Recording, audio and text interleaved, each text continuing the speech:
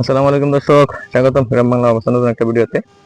তো এই যে দেখেন, এটা হচ্ছে ডিঙ্গাপুতা হাওর।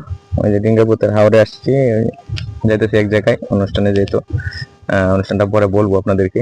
তো এটা হচ্ছে যে ডিঙ্গাপুতা হাওরের মাঝখান দিয়ে এই যে দেখেন এই রাস্তা গেছে। এটা হচ্ছে আপনার সোলিং রাস্তা, অবদার রাস্তা যেটাকে বলা হয় আর কি। আর এই রাস্তাটা এতটুকু এখন খারাপ হয়েছে আর কি, যেহেতু হাওরের মাঝখানে রাস্তা। এদিক দিয়েও ডিঙ্গাপুতা হাওর, আবার এদিক দিয়েও ডিঙ্গাপুতা হাওর, দুই সাইডে আমার মাঝখানে রাস্তা। তো এই রাস্তাটা এতটুকু খারাপ হয়েছে, মানে চলাচল করতে খুব অসুবিধা হয়। আর খারাপ হওয়ার কারণ আছে, কারণ এই হাওর, এটা যেহেতু হাওরের মাঝখানে, এটা ডুবে যায় রাস্তাটা। কিছুদিন হয়েছে শুকাইছে, যে হাওর প্রায় শুকনার দিকে, যার কারণে এটা উঠছে আর কি।